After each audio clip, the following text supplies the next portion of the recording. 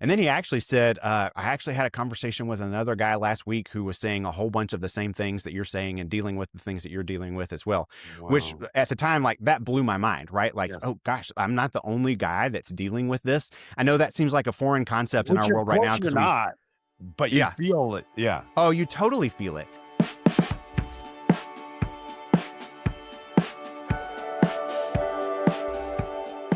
Welcome back. Today on Raising Men, we're talking about the secret ingredient to fatherhood success that most dads rarely think about, and that is a tribe. Don Ross has spent over 20 years as a pastor helping men discover that the missing piece to overcoming their toughest challenges isn't willpower, it's not discipline, it's not even prayer, it's community. Through his work with manhood tribes, Don is helping men break out of isolation, overcome addiction, overcome self sabotage, and rediscover what it actually means to become a man. This conversation is about why so many fathers feel the pressure building, why that pressure leaks out into our kids, and how building the right brotherhood might be one of the most important things you can do for your son. Don, welcome to Raising Men. Sean, thanks for having me, man. I'm really glad to be here. And what an awesome intro. That was a great summary of what I do. Thank you for that. Oh man, I am so excited to talk to you today. I wish that my voice was. I hope my voice holds up for today. I've been struggling a little bit with a little bit of illness this week, and so I appreciate your grace on that and the grace of the audience as well. Yeah. So you've worked with hundreds of churches and literally thousands of men. I understand. So what do you see as some of the main issues facing men today? Yeah. So, good question. I think there's really kind of two, what I would say, probably big buckets of issues that men are dealing with, both in the church and outside it. But I think we all kind of share this in common in our culture right now. One is that we have kind of this large like cluster of issues around what does it mean to be a man? And not all of us would really like ask the question that way. Like it's Yeah. not like it's just kind of like living on the surface of my day to day. Like I don't know what it means to be a man, and I'm really struggling with that. But I think there is a lot of confusion in our culture over what is a man supposed to be, what's a man supposed to do, what is expected of men in our culture. What are the ways that men should show up in the world and shouldn't show up in the world. All of that has changed so rapidly in the past generation or two that I think most men are just kind of left wondering, confused, kind of just floating through life, doing the best that we can, but also like with not any really kind of like North Star there, no real kind of anchoring sense of, yeah, this is what manhood is all about. And I feel like I'm really doing it well. I see this especially true with younger men who Yeah. I think have now been raised by a generation of men who have been confused about manhood. And so this generation of younger men is like doubly confused, right? They were raised by men who don't know what it means to be men. And now these younger guys are asking themselves all kinds of questions and just really clueless in the whole world of masculinity. So I think that's kind of one bucket. I think the other big bucket, and it's related because I think we're missing some sense of identity there. But the other big bucket is just men are trapped by all kinds of vices, addictions, Yeah. bad habits, bad choices. I mean, you name it. Everything from porn to online gambling to social media to flame wars on the internet over politics, over Right. race, over you and I were talking about some of this before we started recording, but just the reality of like men are getting sucked in by things that really aren't all that important or shouldn't be all that important in life. But because we've kind of lost our way a little bit, we're finding these like smaller pleasures or smaller stories to kind of be the things that are sucking us up and really taking too much of our energy as men. So figuring out how to deal with all of those things, how to kind of get back on a path that actually feels healthy and strong as a man. Most guys don't know how to do that. They feel really stuck, really trapped, and really kind of defeated when it comes to a lot of those major obstacles. Yeah. It's almost like I don't. I mean, to pick an example, the gambling or the porn, it actually costs you a little bit of masculinity every time. Yeah. potentially, Yeah. right? It does for It's like sure. eating Yeah. away at it. Yeah, you're And giving away a little bit of yourself, yeah, kinda every time that you indulge in that, and, it's hard to see that, but the effect over time, I think, really does become noticeable for most guys. It's why most guys who get sucked into those things, eventually come to a place of saying, I really would like to be done with this. I just don't know how. I don't know how yeah, to get free of it." yeah, and it's really complex because for a lot of things, I mean, gambling is a great example. There is an amount of gambling that isn't all that harmful, right? Yeah, Or it's not, and it's fun and it's, I mean, it's fine. And but the difference between indulging and overindulging is a very fine line, and not and frankly, it's a business that is designed to hijack the brains of young men, yeah. for money. Yeah. Which is this is exactly the same thing that porn has become and why it's Yes. become, so successful as an industry, but so addictive as a substance essentially in the lives, especially of young men. It is really, porn and, all the latest kind of sports betting, all the apps that we have on our phones and the prop bets and the microtransactions, all of that kind of stuff is so wired towards the ways that the brains of young men work. It really is. It's designed as a trap. Like it's designed as a way Yeah. to suck you in and to keep you there, so that you can't get back out of it. And that's different than those vices were even just a generation or two ago, where we didn't have things like algorithms, to be able to determine that kind of stuff. Yeah. And now, yeah, it's gotten so much more problematic, and it really is. Like they are problems that are bigger than we are. They are designed to be stronger than we are and to put us in a place where we can't get free of them. That's how they're designed to work. So it's no wonder that we're having problems with it as men. We're up against a giant of an enemy that we can't overcome on our own, and so figuring out how to do that is really important for guys. Yeah, I remember when I was, I don't know, grade school, middle school, that kind of age, there was this moral panic about subliminal messages in advertising. Yeah, And the idea was you that, played your we're gonna records flash this backwards, and you could image hear that. Oh for yeah, a yeah, tenth of a yeah, second that your conscious mind can't see, but your unconscious mind, it's a pathway into your unconscious mind, and it's gonna yep, cause you to behave in ways that are antagonistic towards your values and all those sorts of things. And there was this huge moral panic over it, and it right, turned out not to be real. yeah, And now we have that yeah, in the form of the supercomputer in our pockets that's hyper right, connected to all of social media, where there's an algorithm that decides what you get to see. yeah, yeah, And nobody cares. Everybody right, is just too busy yeah, scrolling and doing flame yeah, wars about whatever their politics of choice is. It's yeah. nuts. Yeah, it absolutely is, and that's why I say these are problems that it's like I said, a whole bucket's worth of problems Yeah. that men are facing, and to offer a little bit of encouragement to guys that might be listening that are dealing with any of those problems. Like, look, I don't want to throw shame on any man who might be dealing with any of that, because Yep. I've dealt with those things myself, and I know how like defeating and difficult it can really feel. I know the shame and the fear that comes along with those kinds of things. And I just, I want to say to guys out there, like, A, you're not alone. Most men are wrestling with the same kind of problem that you are. And B, there are ways to overcome it. They're probably not ways that you've necessarily thought of. They're Yeah. not really oriented around more willpower or self discipline. Typically, you're not going to have enough willpower or self discipline to be able to overcome these types of, super enemies, so to speak. But there are ways to be able to break free, and that's part of what I try to do with men, is to help them really see what does it take to be able to find some freedom in those areas, and that's really kind of where a tribe begins to come into play. So let's get into that. What Yeah, what do we do about it? And one of the things that I like to think, so a lot of what we talked about, I mean, it's the way of the world, right? I mean, it's just the way things are, and you're really just shouting into the storm if if you're complaining about it.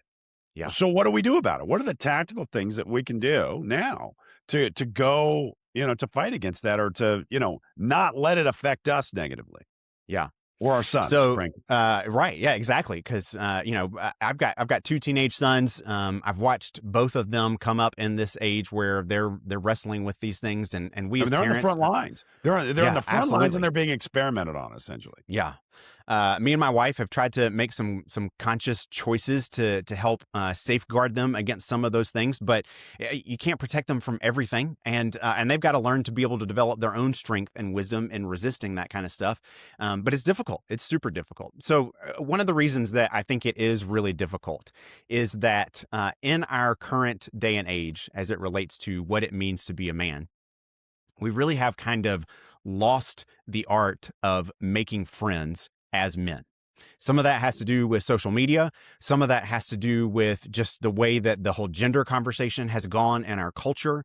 Some of it just has to do with changing norms, right? The spaces that were available just for men a couple generations ago, for the most part, no longer exist. There aren't very many male exclusive spaces in our culture anymore where guys could kind of naturally connect with each other.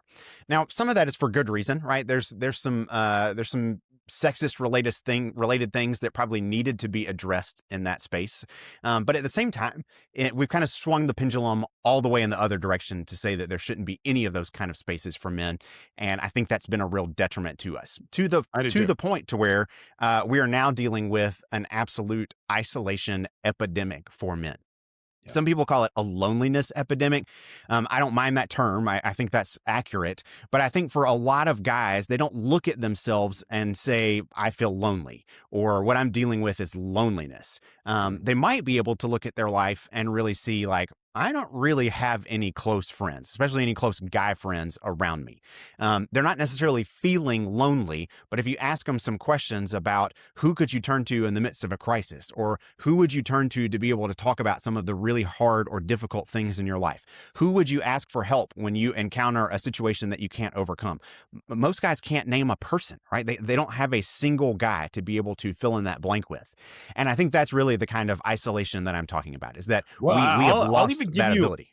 I'll go even a step further for this because I am one of the lucky men, I think, where is able to answer that question and is Yeah. able to name people that I could turn to in a time of crisis. But what I Yeah. discovered, and part of the reason that I actually started this project is because a friend of mine, I've told this story a couple of times on the podcast, but a friend of mine came to me and told me that he was getting a divorce. Hmm.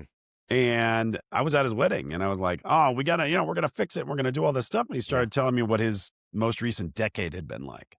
Hmm. And I realized, oh my gosh, this is like, he's been going through some really tough stuff. And I'm Yeah. one of his closest friends and he didn't mention it to me. And I felt Yeah. betrayed. And then Yeah. I realized, well, I mean, I'm going through stuff. I haven't shared it with him either. Yeah. And we're really close friends. We've been friends for 40 years. Right. And we're not sharing it. Like Right. I'm finding out about this basically on Facebook, essentially. And it's like, in spite of the fact, not only, so it's one thing not to be able to say, I have somebody. It's another thing to even have somebody, but you're just not in the kind of culture where where it feels like the right thing to do to bring your problems to the doorstep of other people. But Yeah. then I'm feeling betrayed that he's not bringing his problems to me Right. because Right. I want the opportunity to be the kind of friend I want to be. Yeah. And you're robbing me of that opportunity by letting me do it. And it was this really, I came to the realization that this pathology exists. I said, I got to do something about this. Yeah. Yeah. There's a weird kind of paradox in our culture for men where we don't want to ask for the help that we would willingly offer if we were in our own shoes. Yeah. Like if we were the friend on the other side of the issue that we're dealing with personally, would we be willing to step in and help that friend? Absolutely. You'd be But as thrilled. the man who's dealing with it, are we willing to reach out and ask for help? Typically, no. Like, typically, we tend to stay very isolated and kind of I want to say self-absorbed, which I think is the right word, but I know that carries some connotations to it, that you're doing something that sounds really bad or negative. Yeah. When in truth, like, you're just doing something that's focused on you. And I think that's the thing, is that as men, we have been taught, both intentionally and just kind of by osmosis, that in our world, we're supposed to be self-reliant. We're not supposed to need anybody. We're supposed to accomplish everything on our own. And so, it's no surprise then that we have arrived at this place where men are just really, really isolated and lonely and disconnected from other men in their world. So when it comes to these things of how do I overcome these major obstacles in my life, guys don't know what to do or where to turn to, or even to really ask some questions for, I think I might need help with this. Guys don't really even know how to do that. Yeah. So what do we do about it? Yeah. So that's really kind of where I really started my work with Manhood Tribes, was actually in my own story. In my 20s, I was really wrestling with pornography very significantly in some of the ways that we've talked about. I mean, I would describe it as an addiction in my life. And I don't necessarily use that term clinically. I know a lot of people get hung up on using the word addiction around pornography. But I do use it in the sense of saying it was something that I felt like had control of me. I did Yeah. not have control of it. Like Right. I was very much in a place where I had tried to stop many times. I didn't want it to be something that was still part of my life. And yet I found myself kept coming back around to it regularly. And in my story, I'm a man of faith, and so it's been a big part of my life is just trying to turn to God in the midst of prayer and worship, and really just sort of see like what's my path here? How do I find a way through it? And so I was actually praying about this and just asking God, like, what do I do here? And I sensed the Lord speak to me, which was not something that I felt like I had ever heard before, kind of up to that place. But I felt like He told me that I needed to confess it. And I knew that He wasn't talking about just to Him, because I had done that thousands of times over by that point, but that I actually needed to talk to somebody else about it. And that was really like the one thing that I was just terrified of actually doing. I just did Yeah, not I feel can't like, imagine the courage it takes to do that. yeah. Well, and this was, for me, I'm in my 40s now. So this was 20 years ago, when internet pornography was still kind of a relatively new thing. It was Yeah. certainly a taboo thing, meaning that like Yeah. nobody talked about it at all, the way that we kind of publicly talk about it today. So it was a very shameful thing. It was definitely something I was afraid of. Like, if I talk to somebody else about this, like, are they going to judge me? Are they going to defriend me? Are they going to just kind of cast me out and abandon me? And I just thought, like, I have everything to lose by being honest about this with somebody else. So it was super fearful, but I was also desperate. Like, I really wanted to not have that continue to be part of my life. And if I really felt like this is what God was saying I should do, okay, maybe I should do it. So I summoned up the courage and found a friend that I felt like was mostly trustworthy. Mm. As trustworthy as I could know up to that point. And just said, hey, I need to meet with you, and I need to talk with you about some things that are kind of heavy in my life. And so I met with him one-on-one. I shared kind of my story and my struggle and what all of that looked like. I can remember like physically like trembling and shaking as I was sharing with him. Like, I was so afraid of what his reaction was going to be. Um, and he was, man, he responded in a way that was just kind and gracious. And he started off by saying, thank you for telling me all that. And then he actually said, I actually had a conversation with another guy last week who was saying a whole bunch of the same things that you're saying and dealing with the things that you're dealing with as well, which Wow. at the time, like, that blew my mind, right? Like, Yes. oh gosh, I'm not the only guy that's dealing with this. I know that seems like a foreign concept in Which, our of world right now, course, you're because we, not, but you yeah. feel it. Yeah. Oh, you totally feel it. In our world right now, where it's, we kind of know the numbers of like 99% of men are or have dealt with porn at some point in time in their life. It seems weird to think that we might imagine ourselves as the only guy who's dealing with that issue. But yeah, at that time I did. And so just hearing him say that, but also just hearing him be able to say to me, like, hey, like, this isn't going to affect our friendship. Those were life-giving words. Those were kind of like, oh, this guy actually does care about me as a person. And I walked away from that conversation with like a load lifted off my shoulders. I mean, I remember physically feeling different as I got up from the table where we had been talking, and just feeling lighter, like something actually had kind of been broken and been freed in that conversation. Now, that wasn't the end of my journey and my story with porn. It wasn't like, just overnight I was Yeah. All of a radically sudden, free. the Yeah, problem yeah. goes away. It Yeah. didn't happen that way. But the way it did happen is that what it taught me was there was real value and freedom to be had by bringing things that were hidden in the dark out into the light. And that Mhm. confessing it, to other men who I could trust, was a pathway towards being able to really gain some freedom.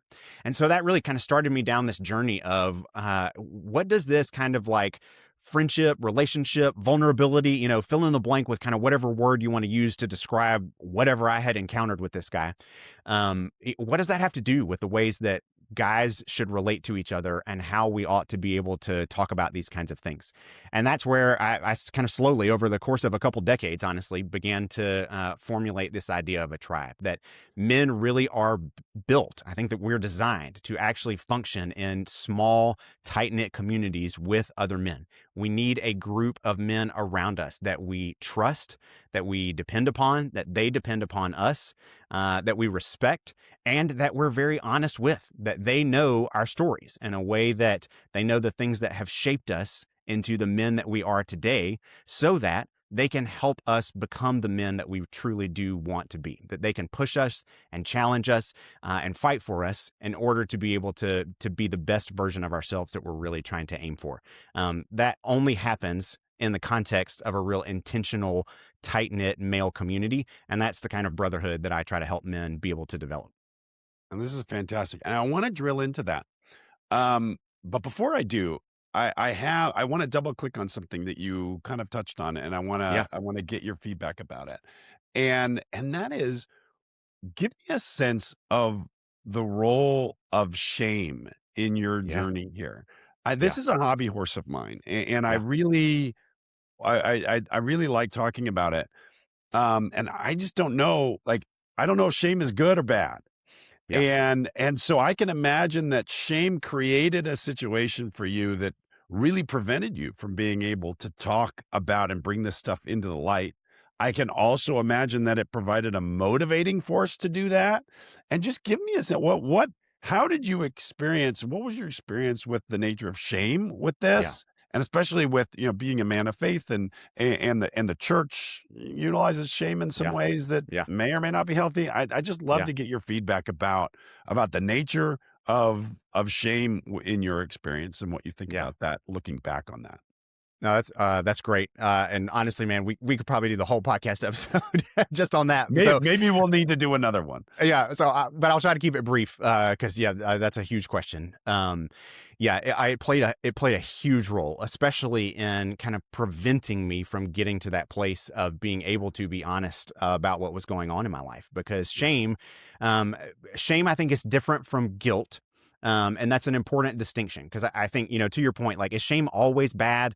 I think we kind of use the terms shame and guilt interchangeably in our culture, and I don't know that that's horribly wrong, but I'll differentiate them because I think it's helpful to do so in this conversation.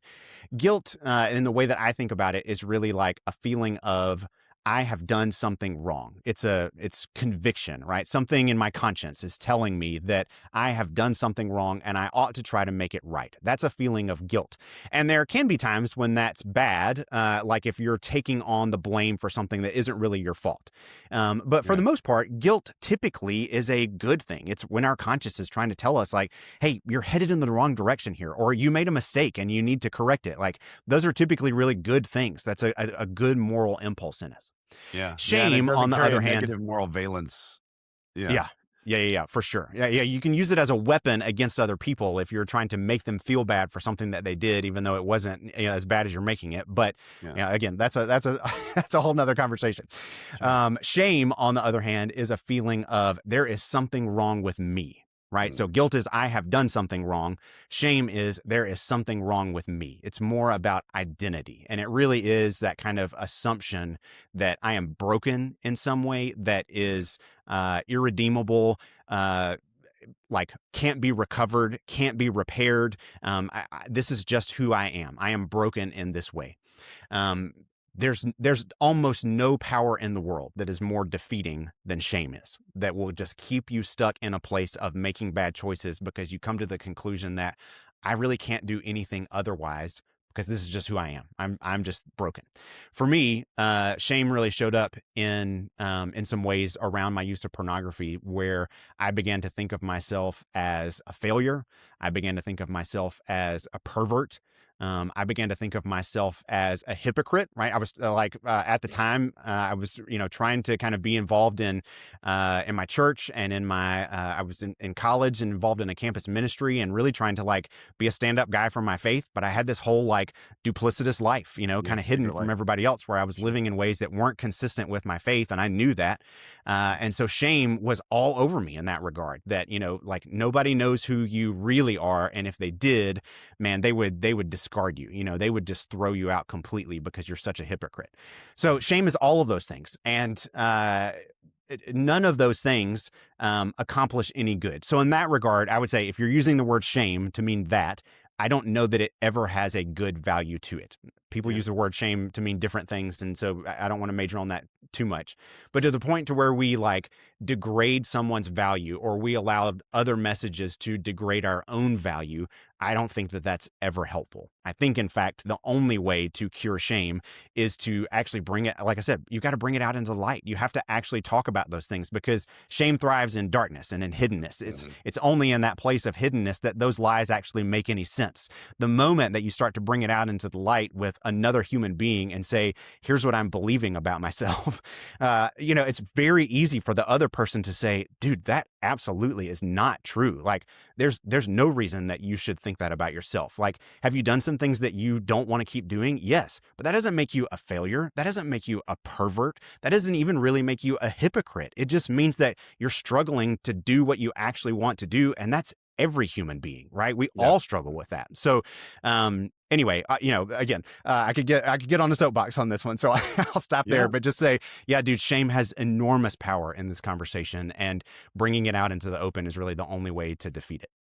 Yeah. And so, yeah, I mean, what I'm hearing you say is that shame drives the behavior underground. Oh, And then totally. Yeah. underground is where it festers Yep. and turns toxic. Yep. And then it will eventually emerge in these really, really, really horrible ways. And I think we're seeing a lot of that. I think that Yeah. we are coming out of a cultural age that involved a lot of shaming people, like shaming people as a tool Yeah. to manipulate behavior. Yeah. And, that's the cancel culture and a bunch of things like that. And I think as a result, a lot of behavior got driven underground and now it's emerging in really, really ugly ways Yeah. that we now have to reckon with. Yeah. And I'll say this too, just to add it to the conversation through kind of the lens of being a parent and thinking about kids, because I think this is so important, especially with young men today. Yeah. Our young men are going to get exposed to porn. It's just almost inevitable. There's Yeah. really no way to stop it. But when it does happen, how we as parents handle that in light of shame is really, really critical for helping them being able to find freedom and not get trapped by that issue for the long haul. If the first time that you find out that your kid has been looking at porn, whether that was on YouTube or Instagram or OnlyFans or, whatever, like the first time that happens, if your reaction is to blow up at them and to shame them for that, how could you do that? What's wrong with you? That kind of language, you're gonna, just what you said, you're gonna drive your kid underground. You're going to drive that issue away from your relationship with him to where he will never feel safe talking to you about it. And then that's only going to mean that he continues to struggle with it. And he will probably struggle with it worse in silence and in isolation than if you could leave the door open and say, hey man, I realize this is a difficult thing. I'm guessing this was probably something that you felt weird about, maybe even felt bad about. And I'd love to talk to you about it and how we can together like help you make sure that this doesn't become a habit that overcomes you. That kind of conversation can actually get you the results that you're hoping for with your kid, which is that they don't get sucked into porn. Yeah. But shaming them about it is never going to drive your son in that direction. So Yeah. It's that's why I gonna say, do the reverse. just All it's gonna do is damage your connection, and yep, then you will now not have visibility into the problem. yeah, 100%. That's right. Yeah. Well, okay, so let's get into the tribe, the tribe stuff. Yeah, I love your framework, and this is another one of my hobby horses because I feel like culturally the institutions that used to provide the rites of passage and the tribal connection with other men, those institutions have disappeared or yep, are disappearing yep, in our culture. yep. And that provides that's a problem, but it's also an opportunity, meaning that we get to create them from scratch Yeah. intentionally, and that's a Yeah. good thing. And Yeah. this is what you've done by creating a framework around the three pillars of a tribe. So tell me about Yeah. that. Yeah. Yeah. So like you said, I call it the three pillars of a tribe. And those things are manhood, camaraderie, and freedom. So I say that in order to build this kind of life-changing brotherhood that we're talking about, you need to have these three ingredients in there. And so just at a basic level, manhood is you need to have a clear vision of what it means to be a man and Mhm. some ways of challenging each other to live that out. Okay, so that sounds really simple. It's actually not all that hard to do. It's really only in our kind of like modern generations that we've been so confused about manhood over the past 50 to 60 years that we've struggled with this. For the most part, half of the world's population for thousands of years has arrived at manhood without a lot of thought. Just kind of Yeah. been like, this is just what we do. And it's only recently that we've kind of struggled with that. But we do need to recover it because we are struggling with it. And so we need to give some kind of clear delineation to it. Camaraderie is really about how do we build those lasting bonds with one another as men? What does it look like to actually create that kind of connection in a way that isn't just about these are my buddies that I go have beer with or that I watch a football game with, but these are the kinds of guys who are actually helping me become the man that I want to be, and I'm doing the same thing for them. We trust each other, we depend on each other. That's a different type of friendship. How do you get to that place? How do you build camaraderie? And then the last one is freedom, which is really just to say we as men in our world today need some ways of being able to overcome the major obstacles in our lives. And so a group that's helping us be able to do that is helping us pursue freedom. We're getting free of the things that hold us down and hold us back from being the men we were meant to be. And that's what pretty much only a tribe can do for each other. So those are kind of the three big ideas. I love that. I had an experience last night that I think is relevant to this. Okay. My wife and I together were watching for I don't know the zillionth time. We were watching Ted Lasso, Oh, yeah. Love it. a great show. And there's a scene in that show where the main character is dealing with his wife and son come to visit, Yeah. and um Lasso comes to the conclusion that it's time for him to step away and let his wife go, and they have the emotional conversation about that. Is very difficult for him, and um and then he sits down on a bench or something, and right immediately Coach Beard comes up and sits next to him and hands him a Yeah. beer, Yeah. and they just sit there in silence. And I think that's a beautiful scene, and I think Yeah. that is really it's a beautiful depiction of male friendship and manhood and tribe in the way that you're describing it, but it Yeah. made me uneasy. Oh, sure. Yeah. And I love. Yeah. Go ahead. But I yeah, could well, jump and all so over that. I'd love to get your comment on that. It made me uneasy, and Yeah. I can't really put my finger on why, and I suspect you can. Yeah. So yeah, I'll say I love Ted Lasso and watching through it even with my wife. I love all of the scenes of the Diamond Dogs. Right, that's their Oh, that's yeah. their little group of guys. Yep. And I was watching it with my wife, and she was like, "I think this is a tribe," and I was like, "Oh yeah, it absolutely is. Yeah, it totally Yep. is." And yeah, you're exactly right. Like they are cultivating that type of camaraderie with each other, and it's I don't want to be presumptuous in kind of naming what it is that you're feeling there, but I think I think there's a sense for guys watching that who don't have anything like that in their lives, Yeah. that there's both a sense of longing, kind of almost like I kind of wish that I had that. I wish I had some guys around me that I could do that with. There's a little bit of a sense of shame, of kind of like that I don't have that. Have I done something I should wrong? have Why it. don't, Yeah. If I yeah, were why don't worthy of I it, have I would friends have like it. that? Yeah, exactly. Yeah. There's a little bit of sense of fear, and you watch that even in the show with Roy Kent, who tries to like it's just painstaking watching him try to integrate himself into the Diamond Dogs group, and can he Yeah. actually say anything of vulnerability other than the F word? It's Right. like all he can throw out. But I think a lot of guys deal with that. It's like I really want this, but I just can't make myself go to that place of offering myself in that way. Yeah, I think all all of those things are involved in that. But I think that moment that you're kind of describing of just sort of like there's this level of trust and vulnerability that's been so developed to that point that that Beard can walk in, crack open a beer and just sit with him, and they can sit in silence. And there's so much that's shared in that moment of silence.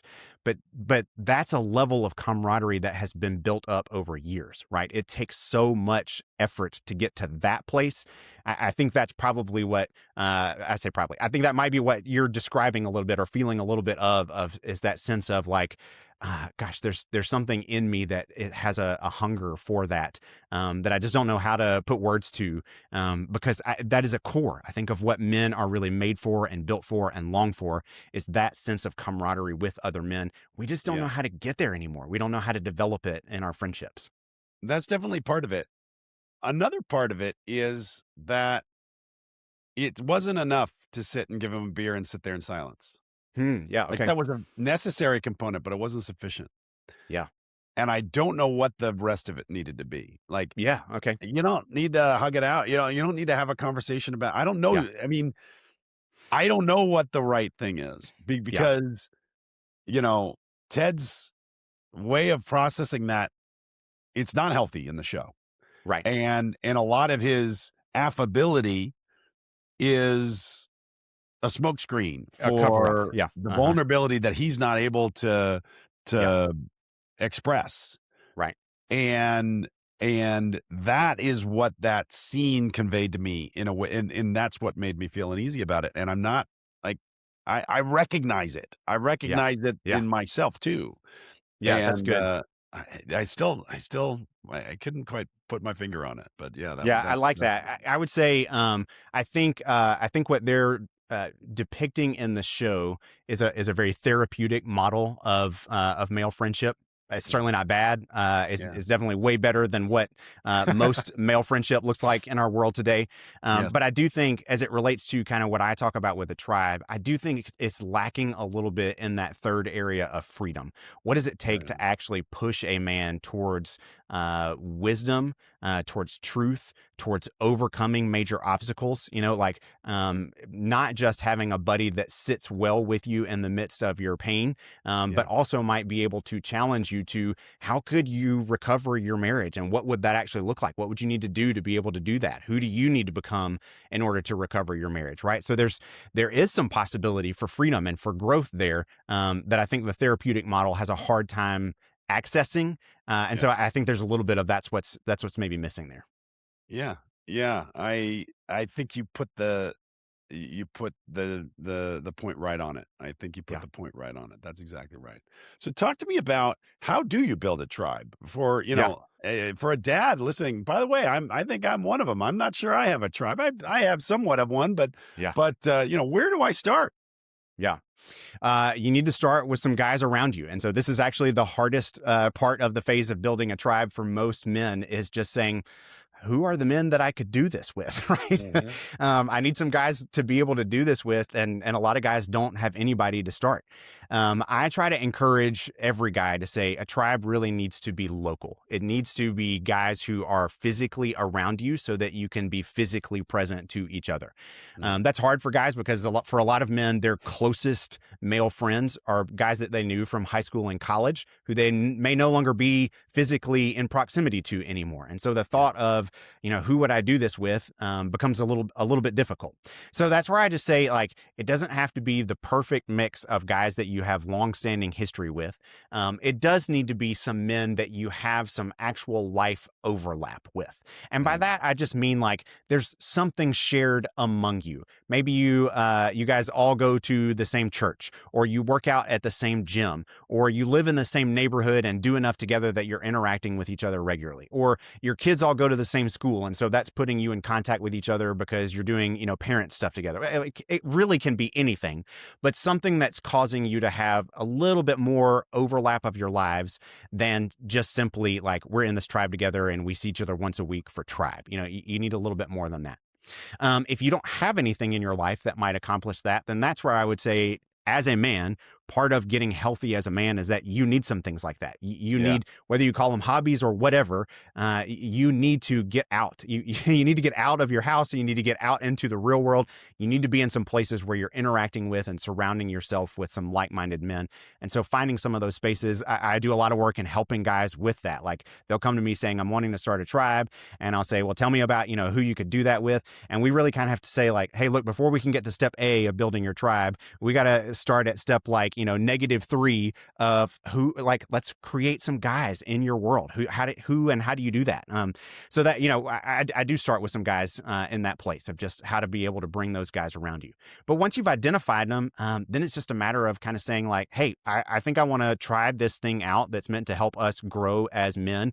And would you be willing to do it with me? We're just going to meet weekly for 12 weeks and kind of give it a shot. See if this thing helps us. If it doesn't, we don't have to keep doing it. If it does, we'll keep going. And then for 12 weeks, I use a lot of video teaching content and just basic discussion questions to help guys be able to bring some men to a place of saying, do we want to do this thing as a tribe? So we talk about manhood, we talk about camaraderie, and we talk about freedom, and we talk about what that looks like and how to do it, and putting all of those building blocks together. So in the end, it's not that hard. That's why I say it's kind of a lost art, but it's not an art that's so lost that it's like men are just completely disoriented to this. It really is like we're just building friends, and for the most part, that's not that hard of a skill for men to remaster. It's just one that they're have sort of set aside for the moment, and we just need to recover it.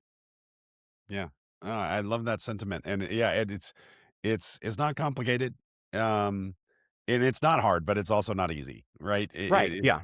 It's, it's like going to the gym. We just, yeah, you used the word framework, and I think that's a really good word for it. Like we're missing some frameworks. It used to be in our culture that some of those frameworks were already baked in to places where men interacted, and we just didn't notice that they were there. Whether that was the country club or the barbershop or the pickup game of basketball or the woodworking club or the, like you name it, like whatever those things were, where guys would hang out with each other. There was some framework built into those things, and they revolved around you're spending lots of time together physically in the same place, and very often doing similar things, right? There's action or activity involved. You're talking to each other, which is, like, wow, amazing that would be a part of friendship. But we do so little of that these days. We've kind of forgotten how much talking is no longer a part of our culture. So yeah, some of that kind of stuff that was sort of baked into the world that we've lost touch with, that we just need to put back in place. Oh, that's amazing. I like to finish up these conversations by asking every guest the same question, putting them on the spot. If there is one principle that every parent listening should think about incorporating into their lives as they raise a son into a man of excellence, what would that Hmm. principle be, in your opinion? This is really good. I would say that principle would be honor. Is what I would call it. So I didn't talk about it much today, but within the tribe world, we have what I call the 5 marks of manhood. So if manhood is one of the pillars of tribe, the way that we go about that, kind of our definition or idea of manhood, is what I call the 5 marks of manhood. One of those marks is honor. And Mm, honor is really just about doing right by your peers. It's about learning to be part of a group by carrying your weight, holding your own, acting in such a way that the people closest to you would affirm you and esteem you and hold you in high regard because you're sharing the same values as them and showing that you respect those values. Most of us learn honor in our families. We start out by seeing, here's what my family values and respects. And if I uphold those values and respect my family members among them, I'm going to be held in honor by my family. If I don't, there's going to be consequences, right? I'm acting in a way that's not consistent with my family. yeah. Um, in the same way, young men in particular are going to, whether they mean to or not, are going to gravitate heavily towards the honor of their peers as they start to get into the teenage years. We call this peer pressure. We call it by a whole bunch of different names, where it's just like, I'm looking for the approval of my friends. And so I'm going to do whatever I think is going to win me that approval, even if it's dumb, even if it's risky, even if it's stupid, maybe even if it's illegal or harmful to someone else. If it Right. might earn me the approval of my friends, or what I would call honor, I'm going to go after that. So the important piece here, to kind of to answer your question, is in teaching your young men to learn to value honor from other young men who are valuable and honor things that are worthy of being honored. So that's hard to do, right? Because guys are wired for it. We will seek it out in any way that we possibly can.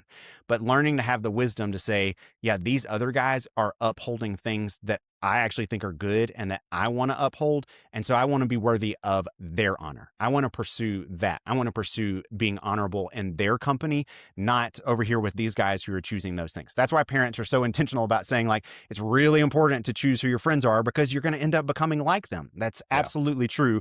And that's what honor is all about. So helping your young men understand honor and to find honor from other young men who are worthy of it and are choosing good values as a part of it, I think that's super critical.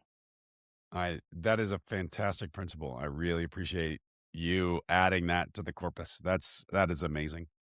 Yeah. Where can we learn more about Don Ross, about the manhood tribes, about all of this stuff? Yeah.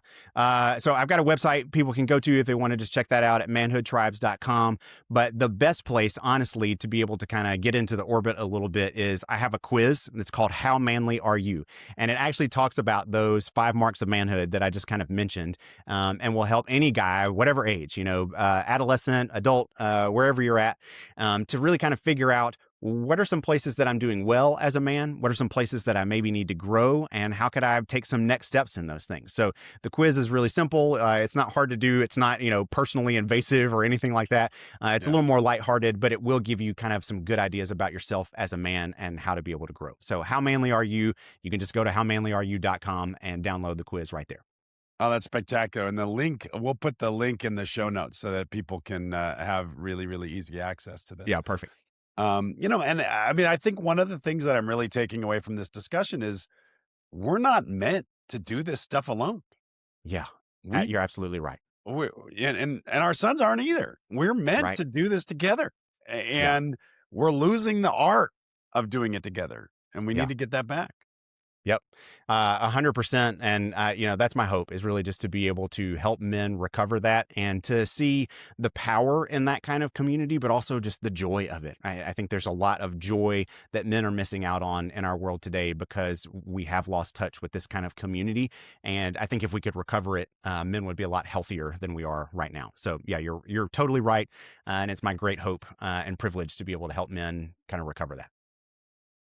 I love that. And so to every dad listening, start thinking about this. Go to the manhood, go to the assessment in the show notes and check it out. Start building your tribe. And not only for yourself, but also for the man that you want your son to become.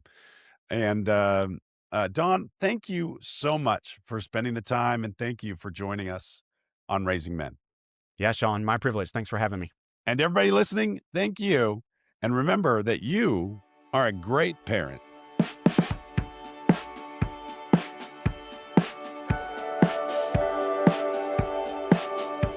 Raising Men is produced by Fiel Hernandez. This episode was edited by Ralph Tolentino.